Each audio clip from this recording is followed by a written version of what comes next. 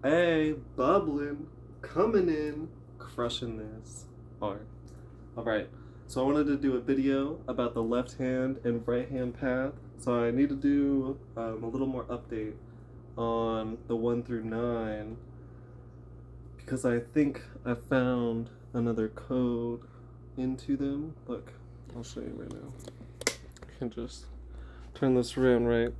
And so basically, I do associate the 3 and the 7 with the left hand and the right hand path. And yeah, and there's a lot of components to why, like their angle being opposite, but also they have the quincunx bit. But why this information is interesting and what I thought I wanted to talk about is how when we're going on an individual, aka a spiritual journey, this puts us on the left hand path where we're trying to bring across things that in a way are delusional or against the grain or revolutionary, right? It's like there's this seed that goes against what is naturally happening, right? Or else why be, right? What are we there to change, right? So when we're on our own way and we see our own individual way to see things and we're trying to put our own signature and our own spiritual artistic mark on things, this puts us on this left-hand path. Now, what's interesting about this is that there immediately is obstacle that comes with um, this, right? Because it is like the left-hand path, right? Where if you're on the right-hand path, there's more ease, right? And although this may grant you power, in a sense, being the more right-hand path, they are spiritual paths. So both of these are going to teach you in a way because of how they angle each other. When I think about the left and right hand path, I always think about a sort of spiritual journey because of how they angle each other. Like, it's that sort of quincunx where if you're stepping one way, you can't see the other way, and so it will force you. It'll force you to transform in a way until you end up realizing both realms that operate in different ways, right? Almost like they mirror each other, but it's almost that mirror between the left and right brain that you have to also develop almost a bridge for, right? Because they don't necessarily communicate like that, right? Because they're not a perfect mirror, you know. It's like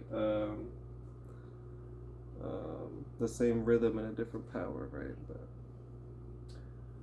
so going back, what I think is interesting then is someone on the left-hand path is going to experience more obstacle when it comes down to themselves, and they're going to see personally more obstacles. So my theory is that when someone talks about their problems and their trial and tribulation in a positive light, is they're going down the left hand path and a spiritual path to where they're trying to shed light on that. And so it's almost, I feel, a shadow working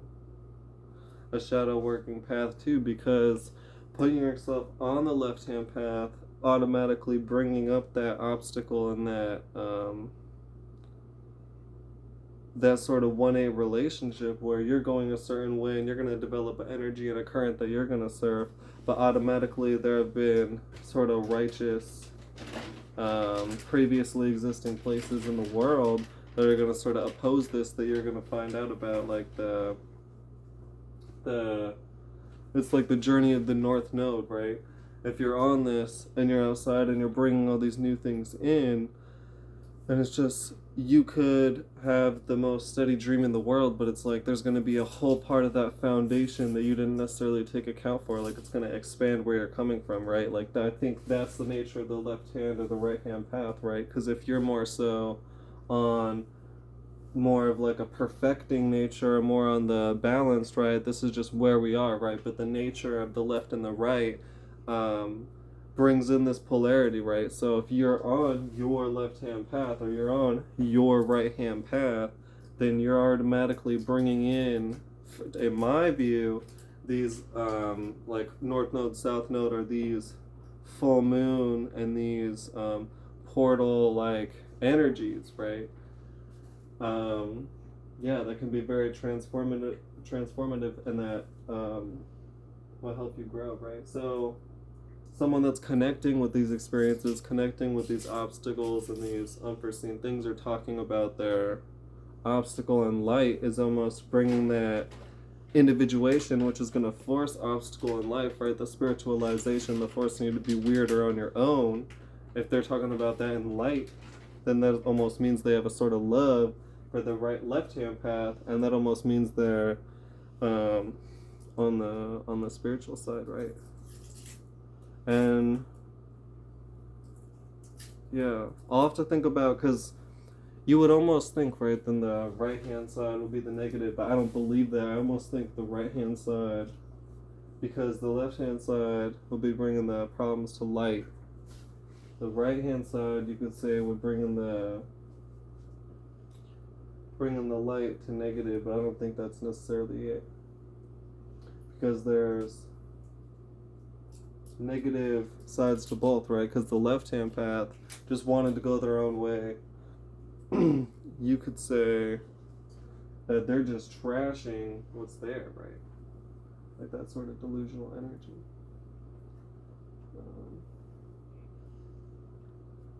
So yeah. So I want to think more about the right hand path, but either way, I think that spiritualization and that sort of love for obstacle and being in the dark and transforming it is sort of the positive light, but the negative light is just attracting the dark and sort of being it, right? So, but hey, bubbling, Citra, beach.